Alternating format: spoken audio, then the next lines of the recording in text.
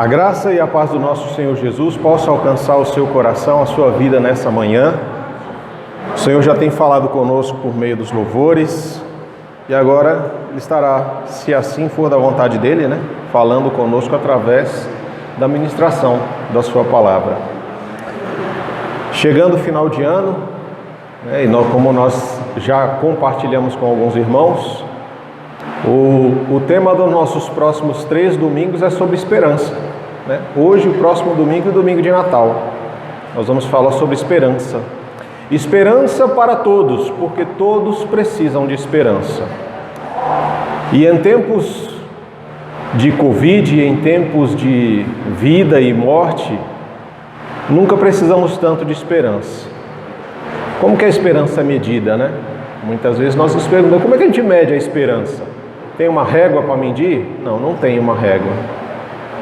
A esperança ela é medida, dependendo da circunstância, ela estava sendo medida de acordo com máscaras que eram utilizadas, a esperança ela estava sendo medida com álcool em gel, com o distanciamento, estava sendo medida pelo número de vacinas e vacinados, primeira dose, depois segunda dose, agora terceira dose.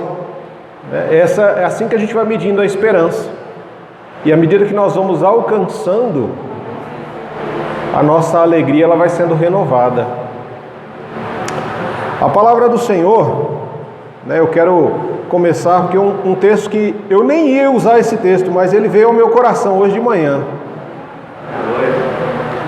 Para iniciar, Porque nós vamos estar tratando nesses próximos domingos, hoje e nos outros domingos, sobre pessoas que foram importantes para o primeiro Natal, Quem são essas pessoas, o que aconteceu na vida delas, Nós vamos estar tratando dessas questões porque a palavra do Senhor nos traz muito forte a importância que tem a esperança no coração e na vida de cada pessoa. Em Provérbios 13, o verso 12, esse texto veio ao meu coração enquanto eu estava ali orando hoje de manhã. Eu já tinha lido ele há algum tempo atrás, tanto que ele está até marcado aqui na minha Bíblia, Então ele estava... É um verso que estava incubado no meu coração, para florescer no momento certo. Provérbios 13, verso 12.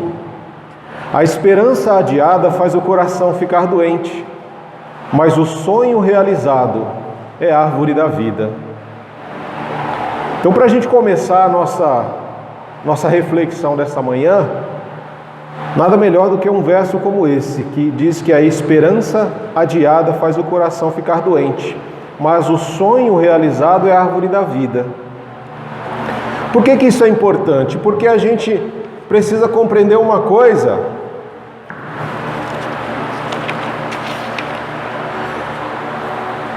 de que a esperança, às vezes, o que é a esperança? Você parou para pensar o que é a esperança? A esperança ela caminha lado a lado com os nossos sonhos. A esperança repousa na realização de sonhos. Aí muitas pessoas, mas eu não tenho sonhos. Lógico que tem, todo mundo sonha. Mas eu não tenho sonhos, mas você tem sonhos. Você pode não ter sonhos, mas você tem sonhos. Como assim? Por exemplo, quando você acorda de manhã e você vai trabalhar, você espera chegar no ponto e pegar o ônibus no horário, para não perder o horário e chegar atrasado no serviço. É uma esperança que você tem de pegar o ônibus no horário. Mas isso é esperança, pastor? Sim. A nossa vida, ela é movida por sonhos e por esperanças. São desejos que nós trazemos no coração. Nós temos esperança de sair de casa e poder retornar no fim do dia para a nossa família. É uma esperança que nós temos, porque a gente sai e não sabe se volta. Nós temos esperança de chegar ao período de férias e poder desfrutar de períodos de descanso, de descontração, de alegria, não é? É uma esperança que nós temos. E também temos a esperança de retornar, porque sair de férias é bom. mas retornar também é muito bom, porque nós temos para onde voltar.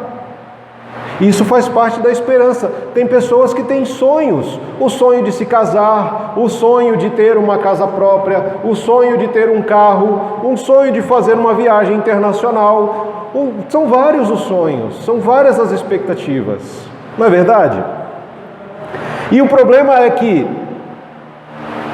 a palavra nos diz que a esperança adiada faz o coração ficar doente.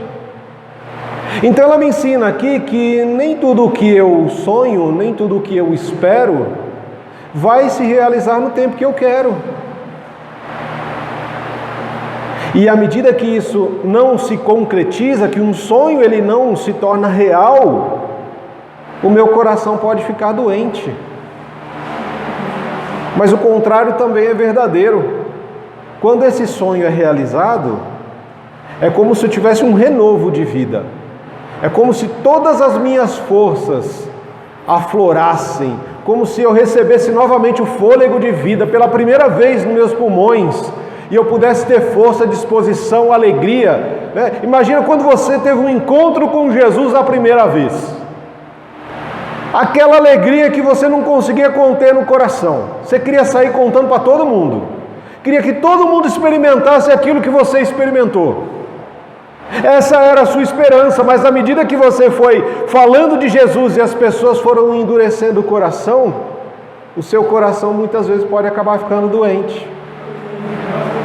Por causa disso, porque você tinha esperança que as pessoas recebessem esse Cristo que você acolheu no seu coração e que transformou a sua vida. Mas nem todos quiseram receber essa esperança. Por isso que o nosso tema é esse. Esperança para todos, porque todos precisam de esperança, mas nem todos querem receber essa esperança. Isso é um problema que começa em nós. E como que a gente pode, de repente, exemplificar isso, né? E aí é onde nós vamos conversar ou refletir um pouco na vida de dois personagens, de um casal que participou do primeiro Natal. Esse casal eram conhecidos como Zacarias e Isabel. Vocês sabem quem foi Zacarias e Isabel?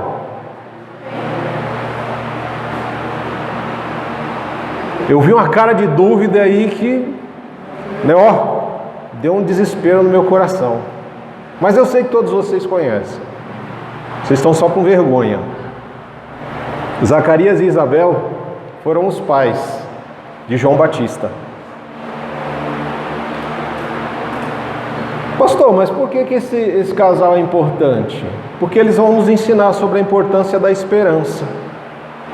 Uma coisa muito importante, que mesmo quando todas as coisas estão dando errado na sua vida, mesmo quando as coisas não acontecem do jeito que você esperava ou como vocês programaram, ainda existe motivo para você ficar esperançoso ou esperançosa, por causa da esperança que Cristo nos traz.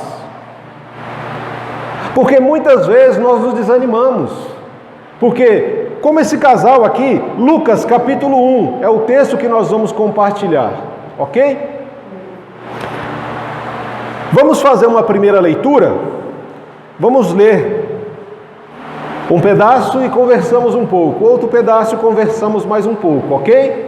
O Lucas, ele começa a escrever esse evangelho e ele vai falar que depois de ter investigado tudo detalhadamente, desde o início, ele decidiu escrever os relatos de forma precisa a alguém chamado Teófilo. E aí a gente não sabe muito bem quem é esse Teófilo, né? Entre os historiadores e estudiosos da palavra, alguns dizem que Teófilo era um governante da época do qual Lucas tinha uma grande amizade, e o nome desse homem era Teófilo. Outros dizem que ele estava escrevendo para o povo de Deus, para os filhos de Deus, porque Teófilo quer dizer Teo, Deus, e Filos, né? Então para os amigos de Deus, então os amigos de Deus estavam recebendo, ou de repente esta pessoa chamada Teófilo. Mas o que realmente importa é que nós, depois de muitos anos, temos esta mesma mensagem em mãos para compartilhar uns com os outros. E essa mensagem nos diz o seguinte, a partir do verso 5. Quando Herodes era rei da Judéia, havia um sacerdote chamado Zacarias, que fazia parte do grupo sacerdotal de Abias. Sua esposa Isabel também pertencia à linhagem sacerdotal de Arão. Zacarias e Isabel eram justos aos olhos de Deus e obedeciam cuidadosamente a todos os mandamentos e estatutos do Senhor. Não tinham filhos, pois Isabel era estéril, e ambos já estavam bem velhos. Certo dia, Zacarias estava servindo diante de Deus no templo, pois seu grupo realizava o trabalho sacerdotal conforme a escala. Foi escolhido por sorteio, como era costume dos sacerdotes, para entrar no santuário do Senhor e queimar incenso. Enquanto o incenso era queimado, uma grande multidão orava ao lado de fora. Então essa é a primeira parte da nossa história, que nos coloca num contexto para entender um pouco do que estava acontecendo ali naquele início. Nós tínhamos um casal, e como todo casal que se casa, eles tinham uma esperança de ter filhos, de ter muitos filhos. Hoje em dia é diferente. Hoje em dia nós vemos casais que casam e não querem ter filhos, porque estão muito preocupados com carreira, com a sua posição social, com lugares de destaque.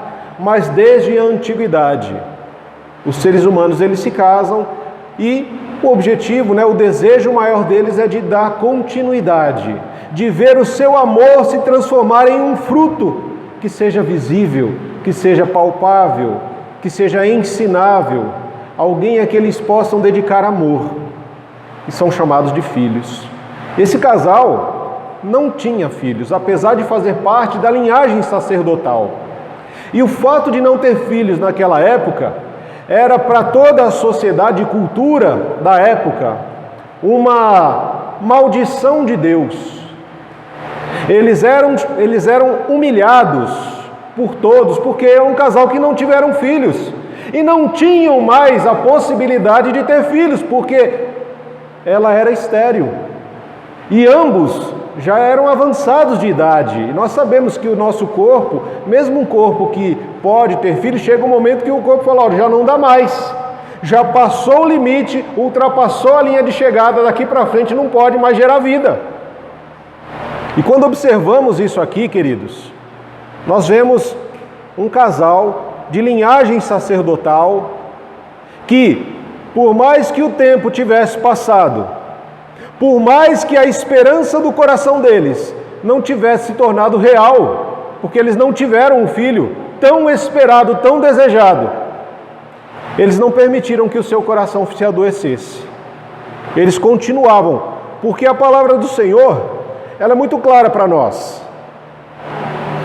A cultura, os tempos deles diziam que eles eram amaldiçoados por Deus porque não tiveram filhos. Iam morrer assim, porque já estavam velhos e a mulher era estéril. Você imagina todos os dias você ouvindo que você é amaldiçoado por Deus, que você é uma vergonha. Isso, quando eu falo linhagem sacerdotal, irmãos, eles faziam parte do corpo, como a igreja da época.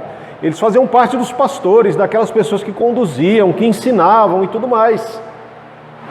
E naquele meio, as pessoas olhavam de lado, de cima para baixo, tipo, eu sou melhor do que você, porque eu tive filhos, vocês são amaldiçoados por Deus. A humilhação que essas pessoas enfrentaram, o deboche, a rejeição das pessoas, tudo isso podia ser um combustível para que o coração deles ficasse doente, para que eles vivessem uma vida de amargura, de secura, de distanciamento. Eu não quero saber de Deus, porque, poxa, se Deus me amaldiçoa, não me dando filhos, para que eu vou servir a esse Deus? Mas isso não aconteceu com eles, porque a palavra diz no verso 6, no verso 6 nós temos um testemunho de Deus sobre eles, e de como eles viviam. Zacarias e Isabel eram justos aos olhos de Deus. Esse é o testemunho de Deus sobre Zacarias e Isabel.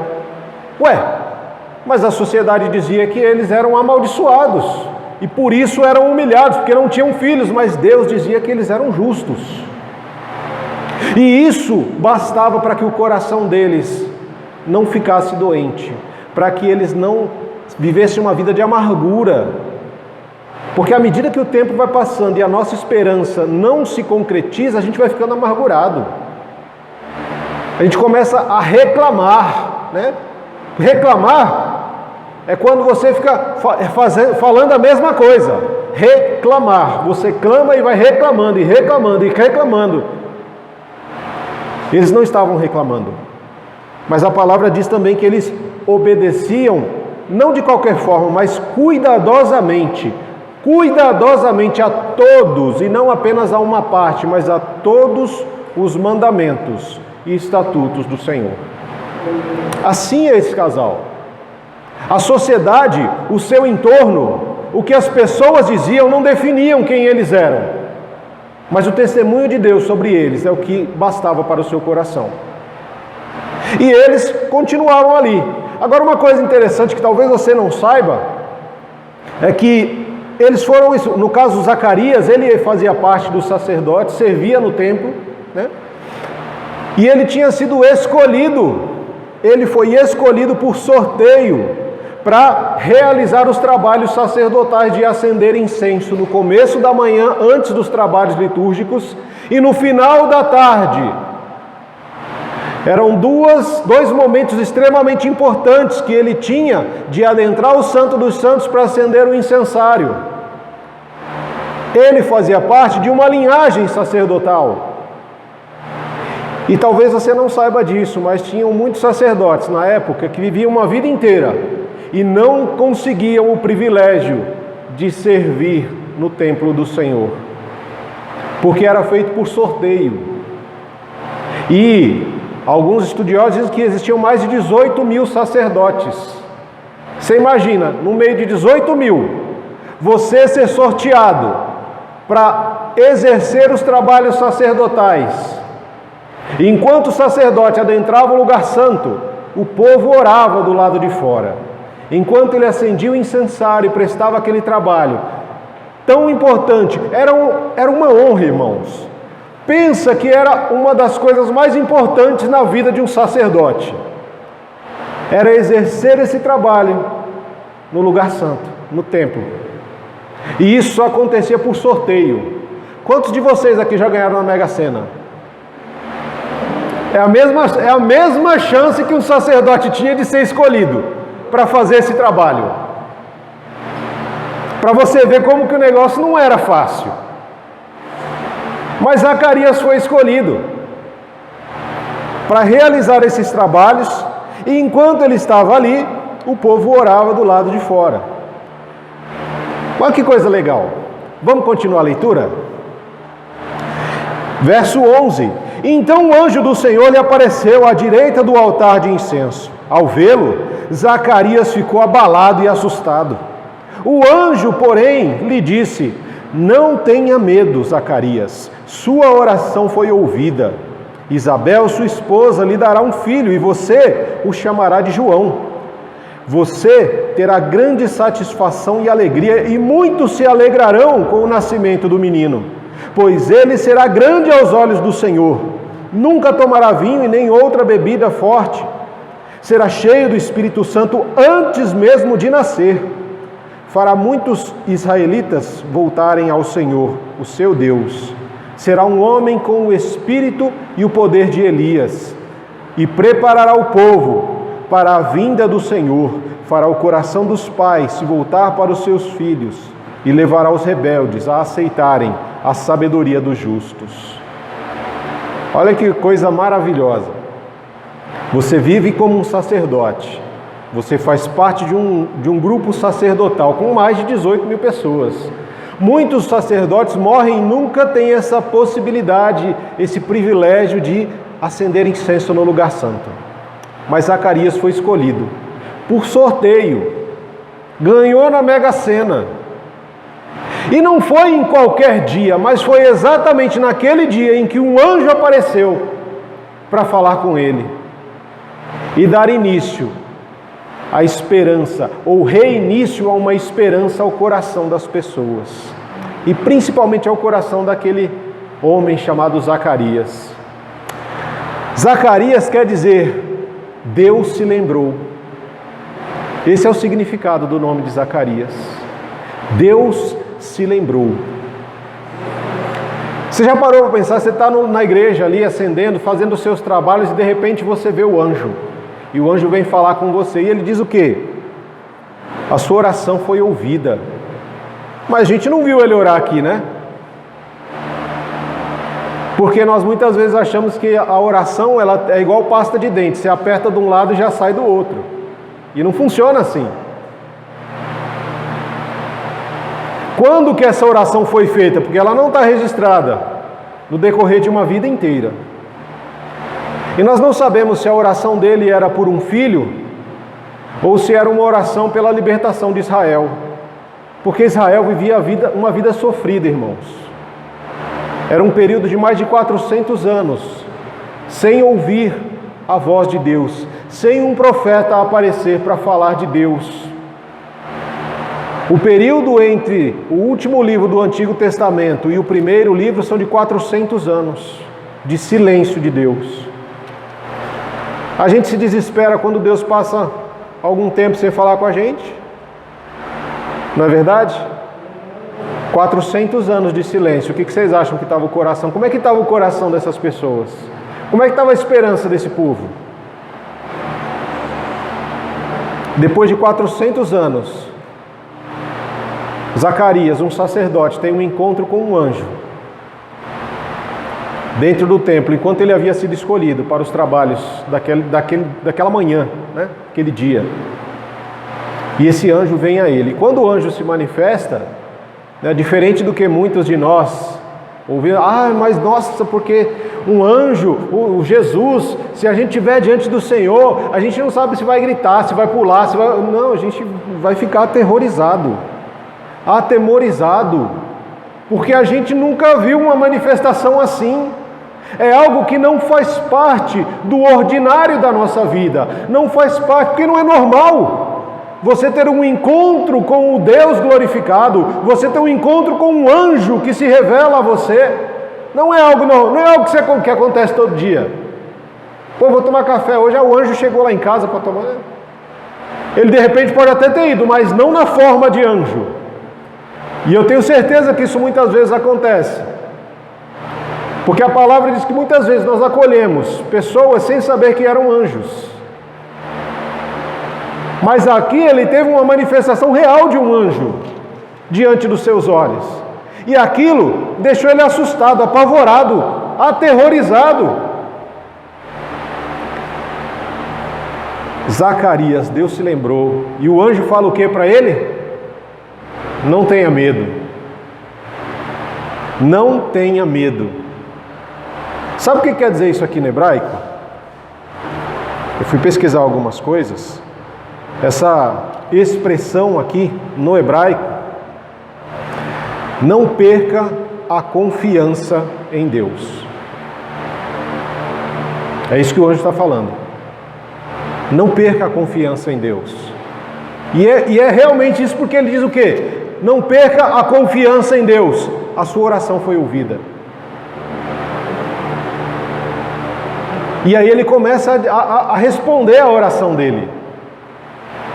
A sua esposa, lembra a sua esposa que ela vai ter um filho. E esse filho vai ser uma grande bênção para vocês e para a comunidade. As pessoas vão se alegrar pelo nascimento dessa criança. Ele vai ser alguém muito grande, alguém grande aos olhos do Senhor, como diz aí o verso 15. Ele vai ser cheio do Espírito Santo antes mesmo de nascer. Antes mesmo de nascer, ele já vai ser cheio do Espírito Santo. E ele vai ser aquele que é falado em Malaquias 4, versos 5 e 6. Aquele que será enviado no espírito de Elias para converter o coração dos pais aos filhos e dos filhos aos pais. E levará os rebeldes a aceitarem a sabedoria dos justos. Acho que nunca nós precisamos tanto desse tipo de esperança, uma esperança que converte o coração dos pais aos filhos e dos filhos aos pais. Pais que sejam exemplos para os seus filhos e filhos que encontrem exemplos, acolhidas nos seus pais. Nós vivemos uma sociedade extremamente complicada.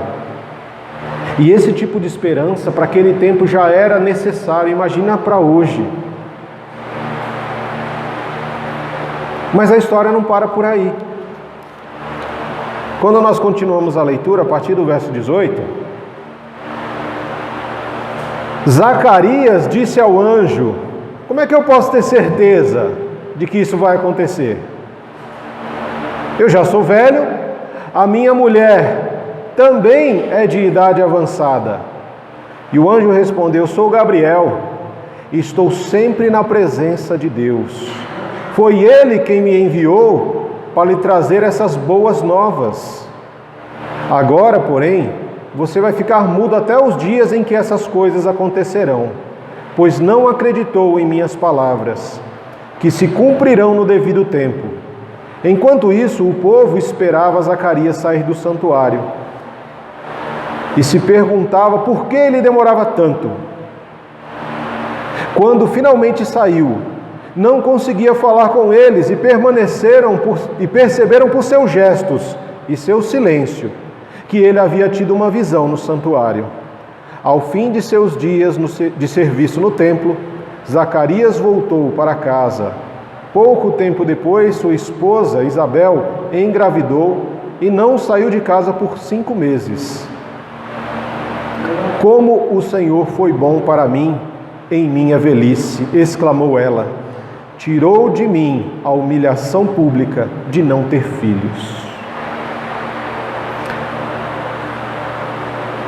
Você já orou por muito tempo por alguma coisa e quando aquilo estava começando a se cumprir, ou quando veio a resposta do Senhor que ia se cumprir na sua vida, você não acreditou? Quantos de nós somos assim, né? Nós oramos, passamos anos pedindo ao Senhor. E aí quando Ele finalmente envia, né, chega para nós aquela resposta tão aguardada, mas será? Tudo diz o contrário.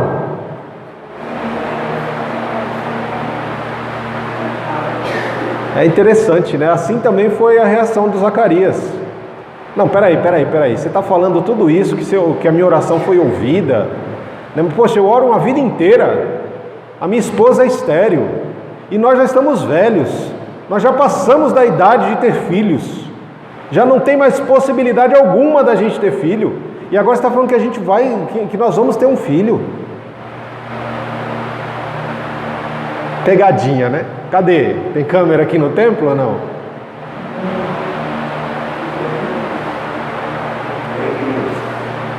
Aí chega o Gabriel e diz o que? Olha, eu sou Gabriel. Eu sou Gabriel, homem poderoso de Deus. Quer dizer, Gabriel, eu sou um homem poderoso de Deus. No caso aqui é um anjo, né? E nós só temos 2 anjos que são falados na Bíblia, é o Gabriel e o Miguel. São só esses 2 que a Bíblia relata o nome deles. Né? Miguel é quem será como o Senhor. E aqui nós temos o homem poderoso de Deus, chamado Gabriel. E Gabriel vem exatamente para manifestar que Deus é poderoso e Ele pode fazer infinitamente mais do que tudo que nós pedimos ou pensamos. E aí Ele, para realmente validar que Ele é poderoso e que Ele trouxe boas novas, mas essas boas novas de esperança, elas não foram acolhidas com alegria, mas com dúvida. Então você vai ficar sem falar, porque você não creu. Você vai ficar mudo até isso acontecer. E aí você imagina, uma vida inteira esperando um filho, e quando você recebe a mensagem de que esse filho vai chegar, você duvida. E aí, além dessa espera, agora você vai ficar mudo, você não vai falar mais também. Para largar de ser linguarudo. Não é? Vai ficar quietinho agora. Você vai aguardar calado, em silêncio, o tempo de Deus. E ele ficou mudo. E aí você imagina, O cara entrou para servir no templo, um privilégio, e ele tem um encontro extraordinário lá dentro com um anjo. Ele tem uma revelação de uma oração de uma vida inteira. E ele duvida disso. E quando ele duvida, ele ainda tem agora que ficar caladinho. Porque ele não vai sair por aí contando para todo mundo, não. Você vai ficar caladinho, mudinho agora. Agora vai ficar mudinho. Até que se cumpra o que o Senhor falou. E o até que se cumpra não é até a sua esposa ficar grávida, mas é até o menino nascer. Até você ver com os seus olhos a oração, a resposta da oração do Senhor. E aí, nós vemos aqui o que? Ele saiu do templo, né? Ele terminou aquele dia.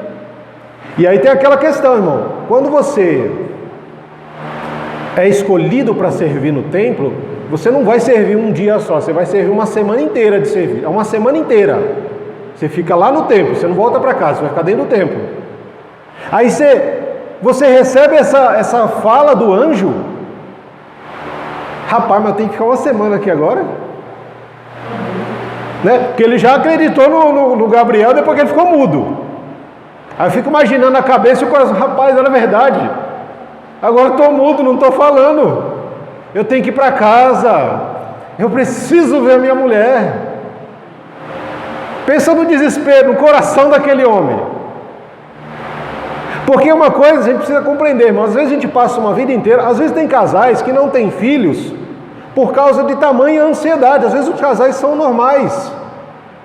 A mulher é fértil, o homem é fértil, ambos são normais, não tem nada, não tem nenhum problema. Mas os filhos não vêm. Muitas vezes por causa de uma ansiedade tamanha. Nesse caso, a mulher era estéril. E o tempo passou. E os dois já estavam velhos. Ele recebe a resposta de uma oração. Só que ele agora está preso, né? Ele está preso uma semana dentro do templo. E a palavra fala para nós que do lado de fora, ele só saía para abençoar o povo. Porque todas as pessoas que vão buscar ao Senhor, elas buscam também ser abençoadas. Talvez você se pergunte por que esse povo estava orando do lado de fora, né?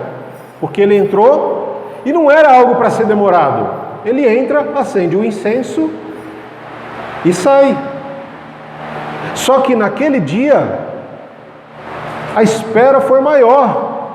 Porque ele teve um encontro com o anjo, ele teve uma revelação do anjo, ele teve um leve castigo do anjo para ficar mudo, e aí ele sai daquele lugar depois de um tempo. E a galera não estava entendendo, 5 minutos, hoje deve durar meia hora, 1 hora, não é? Por quê? Porque eles precisavam que o sacerdote saísse daquele lugar santo para abençoá-los. Sempre que eles entravam no lugar santo, quando eles saíam, eles professavam a bênção araônica. Talvez você nunca tenha ouvido esse, né? Bênção araônica, né? Assim como nós damos bênção apostólica no fim dos nossos cultos, né? O pastor ou alguém que o pastor dá autoridade para isso, faz essa questão. Todas as vezes eles recebiam a bênção araônica. Essa bênção araônica é a bênção que você vai encontrar lá em Números, no capítulo 6, verso 24 ao 26. Que o Senhor o abençoe e proteja. Que o Senhor olhe para você com favor e lhe mostre bondade. Que o Senhor se agrade de você e lhe dê paz. Essa era a oração que eles estavam esperando. Era a bênção que eles aguardavam. Só que aquele dia demorou demais. Então, quando nós passamos por essa vida, né, por essas vidas, nós conseguimos compreender algumas questões. Porque você vê que, olha, ao fim dos seus dias de serviço, verso 23, o que o Zacarias fez? Rapaz, eu vou para casa. Eu preciso me encontrar com a minha esposa, eu preciso me deitar com ela, eu preciso fazer alguma coisa. Porque oração sem ação é tentação. Não adianta eu orar para ter filho, mas eu não tenho relação com a mulher. Agora que eu ouvi a resposta da oração, eu preciso fazer alguma coisa para isso acontecer. Eu vou para casa, foi. E ó, pouco tempo depois, uma mulher estéril está grávida, uma mulher velha está grávida. Que coisa, que coisa! E aí a palavra fala que ela ficou em casa por 5 meses.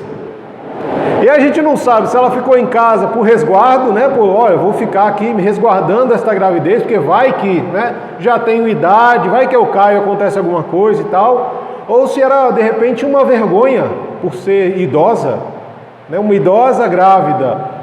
O povo já encheu a paciência, porque não tinha filho. Né? E aí o que passa na cabeça dessa mulher agora? Bem, a primeira coisa que passou na mente dela foi de louvar ao Senhor. Porque ela fala isso. Como o Senhor foi bom para mim, na minha velhice, exclamou ela, tirou de mim a humilhação pública de não ter filhos. Será que vale a pena esperar o tempo do Senhor? Porque nós ouvimos aqui essa questão, né, de que, olha, há uma mulher estéril, uma mulher velha, algo impossível de acontecer, aconteceu, ela ficou grávida. Olha o que fala o verso 36, quando o anjo está falando com a Maria, né, a parte B aí do verso 36. As pessoas diziam que ela era estéril, mas ela concebeu um filho e está no 6º mês de gestação, pois nada é impossível para Deus. Aquilo que é impossível aos meus e aos seus olhos, não é impossível para Deus. Jeremias já disse isso lá no capítulo 33, quando ele ora: Senhor, tem alguma coisa que seja difícil demais para o Senhor ou impossível? E ele mesmo responde: não tem nada que seja impossível para Deus. Ore a mim, clame a mim e eu responderei e revelarei coisas grandiosas demais para que você não consegue compreender. Será que tudo que Deus falou aqui se cumpriu? Ele tinha mandado o anjo responder a oração: olha, fala para ele que ela vai ficar grávida. Ela engravidou. Algo impossível de acontecer aos olhos humanos? Sim, mas aconteceu. Porque Deus não está limitado às nossas limitações. Deus vai muito além daquilo que nos limita. E Ele cumpriu, Ele respondeu essa oração. Não no tempo em que Zacarias e Isabel queriam, mas no tempo dele. Outra coisa que a gente precisa entender aqui, ele tinha falado que ele seria cheio do Espírito Santo, não é? Antes mesmo de nascer, não foi isso? Será que isso se cumpriu? Olha o verso 41. Quando a Maria vai fazer uma visita a Isabel, e a Maria já está com o Senhor Jesus no seu ventre. O verso 41, ao ouvir a saudação de Maria, o bebê de Isabel, o João Batista, primo de Jesus, se agitou dentro dela e Isabel ficou cheia do Espírito Santo. Olha o menino sendo cheio do Espírito Santo antes mesmo de nascer. Deus cumpriu aqui. E não para por aí. Ele tinha dito o quê? Que o menino seria uma bênção, né? Você terá grande satisfação e alegria, e muitos se alegrarão com o nascimento do menino. Será que o povo ficou alegre? Olha o verso 57. Eu estou só no capítulo 1, irmão. Está se cumprindo ali tudo no capítulo 1. O verso 57. Chegado o tempo de seu bebê nascer, Isabel deu à luz a um filho. Vizinhos e parentes, o que? Se alegraram ao tomar o conhecimento de que o Senhor havia sido tão misericordioso com ela. Ou seja, os vizinhos e os parentes nem sabiam que ela estava grávida. Mas quando souberam que Deus tinha sido bondoso, gracioso, misericordioso com aquela mulher, se alegraram, transbordaram de alegria por ver João nascendo. E eles cumpriram aqui, ó. Lembra que o anjo falou que ele só ia voltar a falar quando tudo se cumprisse? O povo estava lá, queria o quê? Verso 59 em diante vai dizer que eles queriam, né? No 8º dia eles foram levar o João Batista ao templo para a cerimônia da circuncisão. E até o 8º dia, ao que tudo indica, ele não tinha um nome. E isso não era normal de acontecer.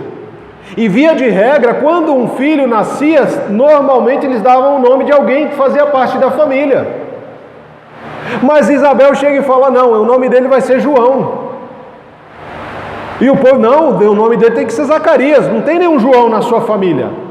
O nome dele tem que ser Zacarias. Não, o nome dele vai ser João. João quer dizer Deus é misericordioso. E aí, não, mulher não vai decidir nada, né? Porque naquele tempo a voz da mulher não contava muito, então vamos falar com o pai. Mas aparentemente o pai não estava somente mudo, mas também até surdo. Até que ele, me dá uma tábuazinha aí, me dá um pedaço de tábua que eu vou escrever o nome do menino. Aí deram uma tábua para ele escrever o nome do menino. O que ele escreveu? João. E no momento que ele escreveu, olha que legal, verso 64, no mesmo instante Zacarias voltou a falar e começou a louvar a Deus. Ele ficou com louvor contido mais 9 meses, irmãos. Foi um louvor que estava guardado por 9 meses. Aquela mulher deu à luz a uma promessa, uma oração do casal, e aquele homem ficou por 9 meses desejoso de louvar ao Senhor pelos feitos de Deus na vida dele, pela esperança do Senhor que chegou e deu nova vida àquele casal, deu nova vida àquela comunidade. E a palavra ela continua dizendo para nós que quando isso aconteceu, toda a vizinhança, verso 65, se encheu de temor, e a notícia do que havia acontecido se espalhou por toda a região montanhosa da Judéia. Todos ficaram sabendo,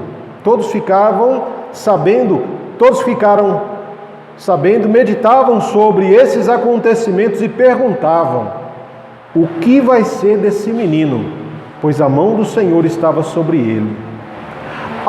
Um filho sobrenatural vem ao mundo. E aquilo é revelado aos olhos das pessoas. As pessoas tiveram um encontro com um milagre. Elas viram o milagre de Deus se fazendo na vida daquele casal, renovando a esperança daquele casal, trazendo dignidade novamente àquele casal diante da sociedade. E eles pensavam: o que vai ser desse menino? Porque a mão do Senhor está sobre ele. E tem uma outra coisa, né? A palavra nos diz o quê? Que esse menino será grande aos olhos do Senhor. Que esse menino vai fazer o quê? Converter o coração dos pais aos filhos e dos filhos aos pais. E levará os rebeldes a aceitarem a sabedoria dos justos. Nós vemos aí um louvor que foi cantado, uma oração que foi proferida por Zacarias, que vai do verso 67 até o verso 79. Eu quero ler com vocês apenas um trechinho do verso 76. E você, meu filhinho, será chamado profeta do Altíssimo, pois preparará o caminho para o Senhor. Dirá a seu povo como encontrar salvação, por meio do perdão dos seus pecados. Graças à eterna misericórdia do nosso Deus, a luz da manhã, vinda do céu, está prestes a raiar sobre nós, para iluminar aqueles que estão na escuridão e na sombra da morte, e nos guiar no caminho da paz. João cresceu e se fortaleceu em espírito, e viveu no deserto até chegar o tempo de se apresentar ao povo de Israel. E quando nós olhamos Lucas 7, 28, o Senhor dá testemunho de João Batista, de que não houve homem na terra, nascido de mulher, maior do que João Batista. O testemunho do Senhor sobre a vida desse garoto que nasceu de forma extraordinária. Pedro, coloca aquela imagem para mim. Põe na tela, por favor. Apaga ali a luz para mim. Quando nós pensamos em esperança, muitas vezes nós achamos, né, que é algo que deve acontecer de forma rápida e instantânea. E aí eu estava pesquisando algumas questões, vendo, lendo sobre algumas coisas. O pessoal que vai ver pela internet não vai dar para ver a imagem que está refletida no telão, mas para nós que estamos aqui, essa é uma imagem de um pintor, é um quadro de um pintor chamado George Frederick Watts. Ele viveu de 1817 a 1904 e ele fez essa pintura. Essa pintura, o nome dessa pintura é Esperança. E quando olhamos nessa pintura, nós vemos uma mulher sentada no topo do mundo, no globo celeste. Ela está sentada com roupa simples, com os olhos vendados e tocando uma harpa, onde todas as cordas já haviam se estourado e somente uma corda ficou inteira. E ela reclina o seu ouvido para ficar bem próxima dessa harpa, para ouvir o som que ela vai tentar tirar daquela corda remanescente. Essa corda remanescente tem o som da esperança. Esse homem pintou esse quadro, Nós temos uma fala do Chesterton que diz que esse quadro está mais para desespero do que para esperança, Mas na realidade ele foi pintado num momento de desespero, quando Watts tinha perdido a sua filha adotiva, que ele amava muito. E ele vai e pinta este quadro para nos mostrar que mesmo quando todas as coisas se fazem contrárias às nossas vontades, nós ainda temos um fio de esperança para nos agarrar. Ainda existe uma corda nessa harpa que pode ser tocada e pode trazer para nós o som, a melodia da esperança em nossas vidas. O que a gente consegue compreender nesse texto que nós vimos sobre a vida de Zacarias e de Isabel? Eu destaquei pelo menos 3 coisas que eu gostaria que você levasse no seu coração e que nós aprendemos com a esperança, ou que a esperança nos ensina, Nós vimos lá no começo de que a esperança, quando ela é adiada, o nosso coração ele pode ficar doente. Pastor, então todas as pessoas que têm a esperança adiada, elas vão ficar doentes em seu coração? Não. E nós vimos que não. Nós vimos a vida de Isabel e de Zacarias. Eles tiveram a esperança adiada até o limite de eles realmente entenderem que aquilo já não era mais possível. Porque enquanto houvesse o tempo ali, ela ainda está nova, Isabel ainda é nova, ainda pode ser que, mesmo sendo estéril, talvez não. Deus tinha o tempo dele, e Ele aguardou até o tempo em que as nossas esperanças se esvaíram. Até o tempo em que tudo, realmente tudo, nada mais era favorável. Tudo era contrário àquela esperança se fazer real. Mas todos precisam de esperança. E esse casal viveu esperança dia após dia. Uma coisa que a esperança vai nos ensinar: a esperança nos ensina a esperar o tempo de Deus. Tanto que no hebraico a palavra esperança, yahal, é uma das palavras usadas para esperança. E ela se confunde em esperança ou esperar. Porque uma coisa nos ensina a outra. A espera nos leva a ter esperança, porque o tempo ainda não se findou, ou o tempo de Deus ainda não chegou para nós. E a esperança nos ensina a esperar. E quando nós não aprendemos a esperar o tempo do Senhor, aí o nosso coração fica doente. Aí nós vivemos uma vida de amargura, de reclamação, de murmuração, de desgosto. E nós precisamos entender isso, Se você olhar na história, por exemplo, José. O José ele teve que esperar 13 anos até que o sonho que ele teve de estar num lugar de honra fosse cumprido. Mas até isso acontecer, ele perdeu tudo o que ele tinha. Perdeu família, perdeu casa, perdeu a liberdade, se tornou escravo. Foi acusado de ser um estuprador. Foi condenado. Mas Deus tinha o tempo na vida de José. para que o sonho dele se cumprisse, para que o sonho que Deus tinha colocado no coração de José se tornasse real.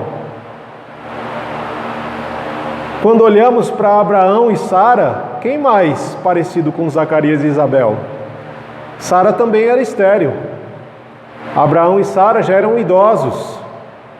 Deus vem e faz uma promessa a Abraão: olha, você vai ser pai de uma grande nação. E Abraão: como que eu vou ser pai de uma grande nação se eu não tenho nenhum filho? Se eu já estou velho e a minha esposa também, além de tudo, ela ainda é estéril. Quando isso foi falado para Sara, Sara riu. Zacarias desacreditou. Tem o tempo do Senhor. Abraão aguardou 25 anos para que aquela promessa se cumprisse. Não é do dia para a noite, irmão. Moisés viveu 40 anos como um rei no Egito. Até que ele perdeu tudo no Egito e foi levado para o deserto. Você quer lugar melhor para Deus trabalhar a esperança no coração do que o deserto? Estava até falando com o irmão Sebastião, o deserto é um lugar bom para orar, para renovar a esperança, ou para acabar com ela de uma vez. O povo que saiu do Egito perdeu toda e qualquer esperança de chegar na terra prometida, e só queriam voltar atrás, queriam voltar para a lama. Muitas vezes, muitas pessoas são assim. Deus tira a pessoa de um lamaçal de dor, de sofrimento, de pecado, de escravidão do diabo, mas até que ela alcance o lugar que o Senhor tem para ela, muita coisa precisa acontecer, muita transformação precisa acontecer nela e através dela. E ela tem que perseverar o tempo de Deus. Quando ela não persevera, o desejo dela é o quê? De reclamar, e a reclamação nos deixa doentes, e o desejo dela é de voltar a fazer o que ela fazia antes. É o que a Bíblia chama daquela porca que foi tirada da lama, foi limpa, lavada, e o desejo da porca é sempre voltar para a lama. É do cachorro que vomita e depois quer voltar a comer o próprio vômito. Muitas vezes são assim. Quando nós não aprendemos a esperar o tempo de Deus, nós temos o desejo de voltar a comer o vômito que nós comíamos antigamente. E esperar, irmãos, não é apenas uma espera passiva. Aqueles que têm promessa de Deus têm uma esperança ativa. É a esperança do verbo esperançar. É o esperar não passivo, mas é a espera que vai ao encontro daquilo que foi prometido. Tanto que nós vemos que Zacarias e Isabel, eles não ficavam passivos. Eles viviam a vida, glorificavam a Deus, guardavam o seu coração da amargura, da decepção, e colocavam o seu coração na obediência dos mandamentos de Deus, dos estatutos de Deus, e tinham o testemunho do próprio Deus de que eles eram justos aos olhos do Senhor. Por mais que todo o mundo e toda a sociedade dissessem o contrário. Aprender a esperar o tempo de Deus é um exercício que nós precisamos desenvolver nas nossas vidas. O tempo de Deus não é o nosso tempo. A forma de Deus não é a nossa forma. Seria muito fácil se o Senhor tivesse pego a Isabel, fértil, novinha, e desse um filho a eles. Ponto. Não tinha um milagre nisso tão grande. O fato de uma criança nascer é um milagre, sim, mas as circunstâncias tornam aquilo um milagre extraordinário. E isso traz esperança renovada ao nosso coração. A segunda coisa que eu quero que vocês guardem é de que a esperança nos ensina a lembrar. Lembrar o quê, pastor? Lembrar que Deus não se esquece de nós. Por mais que tudo pareça contrário, por mais que tudo esteja acontecendo de forma absurdamente terrível na sua vida, por mais que você esteja andando no vale da sombra e da morte, Deus não se esqueceu de você. Deus se lembra de você. Zacarias, Deus se lembrou. É o nome de Zacarias. É isso, irmãos, Deus se lembrou. Você é um filho e uma filha amada de Deus. Por mais que as coisas estejam difíceis, Deus não se esqueceu de você. E é importante lembrar, porque a lembrança dos feitos de Deus renovam a esperança no nosso coração. Não foi isso que Jeremias fala para nós, que nós gostamos tanto de falar disso, mas nós precisamos viver isso. Lamentações 3, 21 ao 23 diz: todavia, quero trazer à memória aquilo que me dá esperança. Graças ao grande amor do Senhor é que não somos consumidos, porque as suas misericórdias são inesgotáveis e elas se renovam a cada manhã. Grande é a fidelidade do nosso Senhor.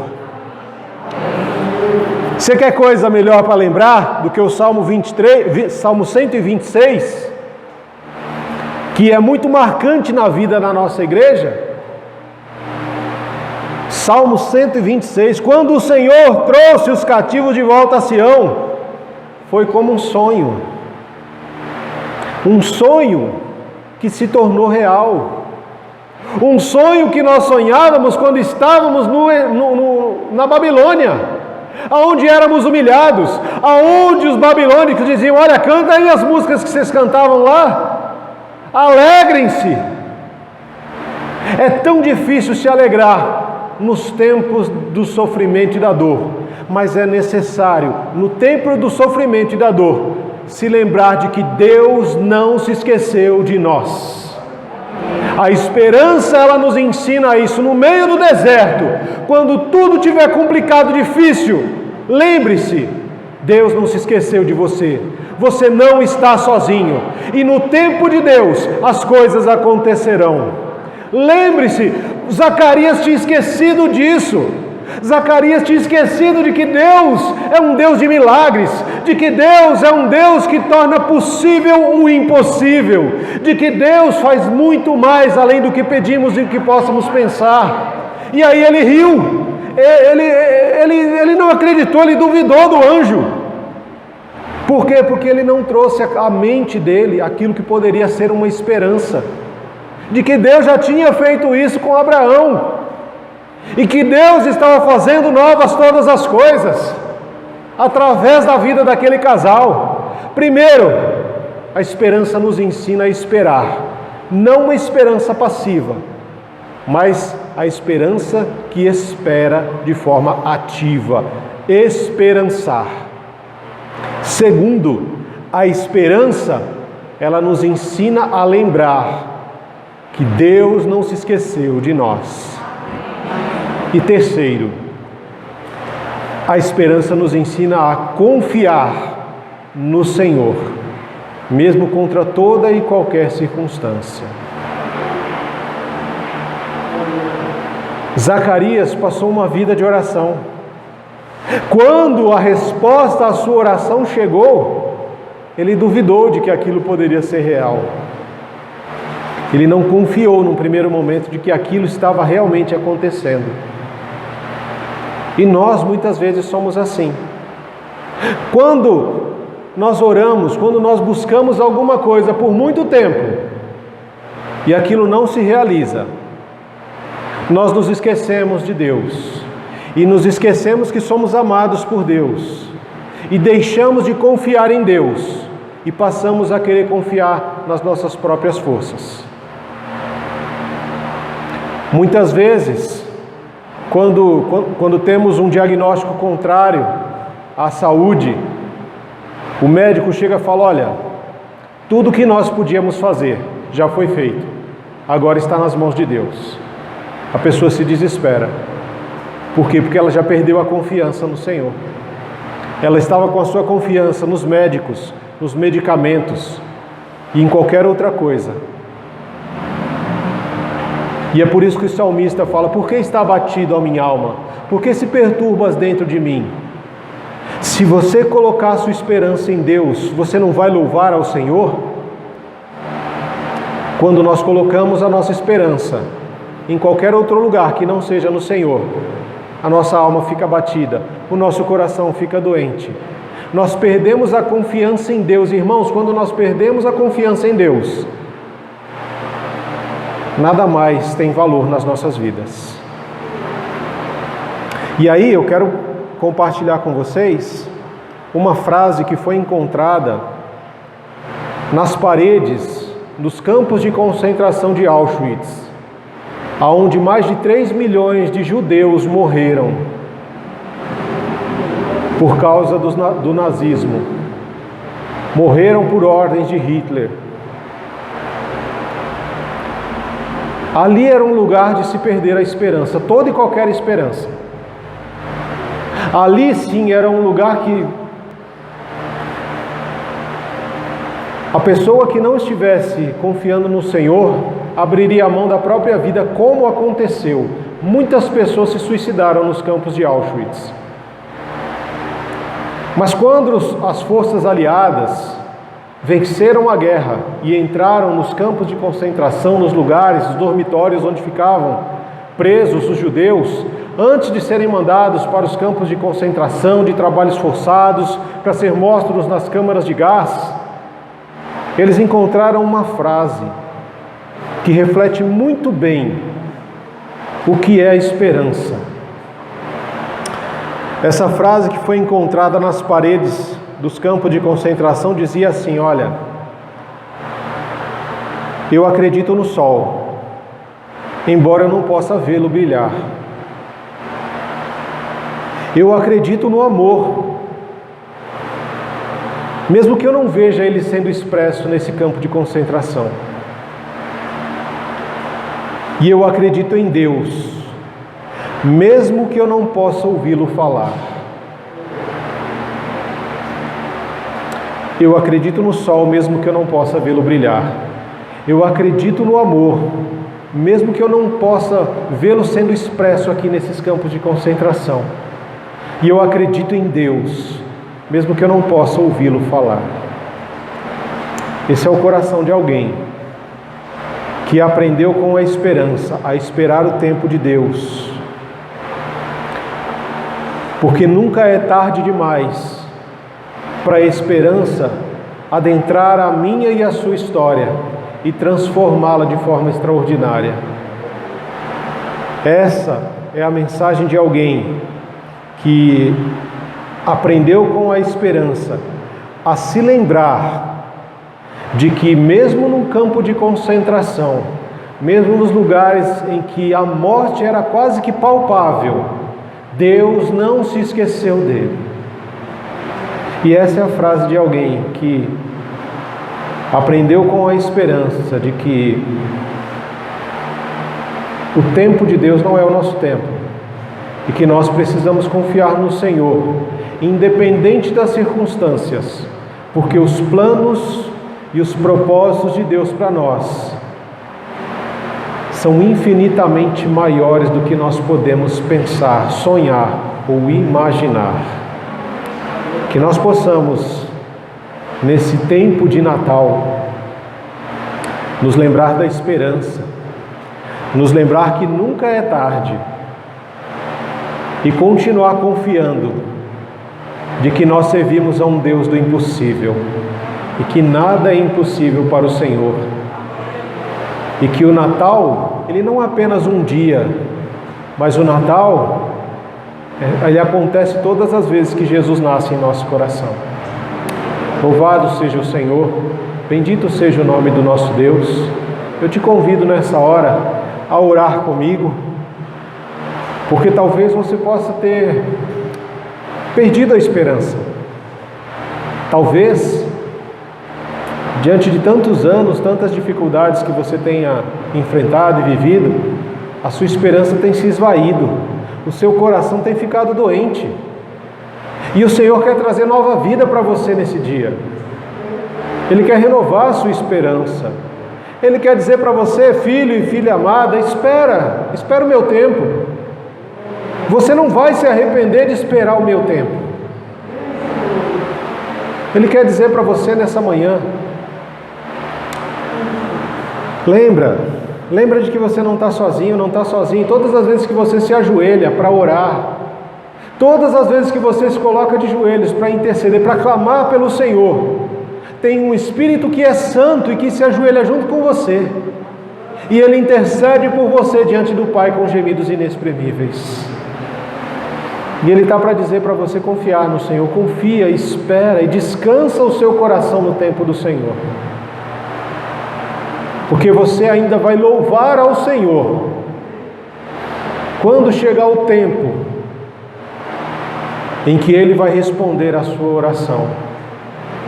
E talvez você até, quando isso se cumprir, meu irmão, você nem se lembre, porque vai ser tão grande a resposta de Deus, que vai estar muito acima daquilo que você pediu. Você falou, eu pedi uma pedrinha, Deus me deu um mundo inteiro. Eu pedi apenas uma pontinha de esperança, e Deus me deu Jesus, Deus me deu o Espírito Santo, Deus vai nos dar a eternidade. Louvado seja o teu santo nome, Deus Todo-Poderoso. Bendito seja o Senhor, que sonda mente e coração, que realiza aquilo que está além dos nossos olhos, Pai. E como aquela mulher daquele quadro, Senhor, de Watts que foi pintado, ela vendou os olhos, Deus. Muitas vezes nós temos que parar de tentar enxergar com os olhos físicos, para que possamos enxergar com os olhos espirituais. Assim foi orado por Paulo na igreja de Éfeso, quando ele disse, olha, eu também oro para que os olhos do coração de vocês sejam iluminados, sejam abertos, para que vocês conheçam a esperança na qual Ele nos chamou, para que vocês possam conhecer, Pai, a grandeza da herança que nós temos nos santos do Senhor, e para que possamos, em nome de Jesus também, compreender a incomparável grandeza do poder do Senhor que se manifesta em nossas vidas, para renovar em nós a esperança, para tirar toda e qualquer raiz de amargura, de mágoa, que possa estar em nossa vida, em nosso coração.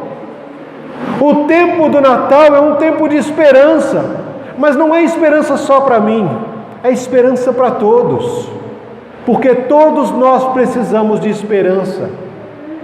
E muitas vezes nós nos tornamos agentes de esperança num mundo de trevas, levando esperança àqueles que estão doentes em seu coração, por mais que eles não queiram, que rejeitem a esperança, rejeitem as boas novas. Nós somos chamados a levar as boas novas mesmo assim, para que nós possamos, Senhor, aprender a manter a esperança em meio às decepções da vida. Nós precisamos aprender isso, e é isso que nós aprendemos hoje com a Tua Palavra, a manter a esperança em nossos corações, mesmo diante das decepções que a vida nos apresenta. O Senhor nos ensina, Pai querido e amado, de que a esperança nos ensina a esperar, de que a esperança nos ensina a lembrar, ela traz à nossa mente, à nossa memória e ao nosso coração aquilo que nos renova a esperança, e de que a esperança nos ensina assim também, Deus, a confiar no Senhor e não em nós ou em nossas forças. Não é por força e nem por poder, mas é pelo Teu Espírito, assim nos diz a Tua Palavra, Pai. Louvado seja o Senhor, porque se nós podemos crer no amanhã, é porque nós cremos que o Senhor vive eternamente. Que o amor de Deus, que a graça de Jesus Cristo, que as consolações e a comunhão do Espírito Santo possam habitar, adentrar o nosso coração no decorrer desta semana, até que o Senhor venha, ou até que sejamos chamados para a presença do Senhor. Que a nossa esperança ela seja renovada por meio da ação do Espírito Santo do Senhor, que nos revela o Pai. Bendito seja o Senhor, assim nós oramos ao Pai em nome de Jesus. Amém. Amém e amém.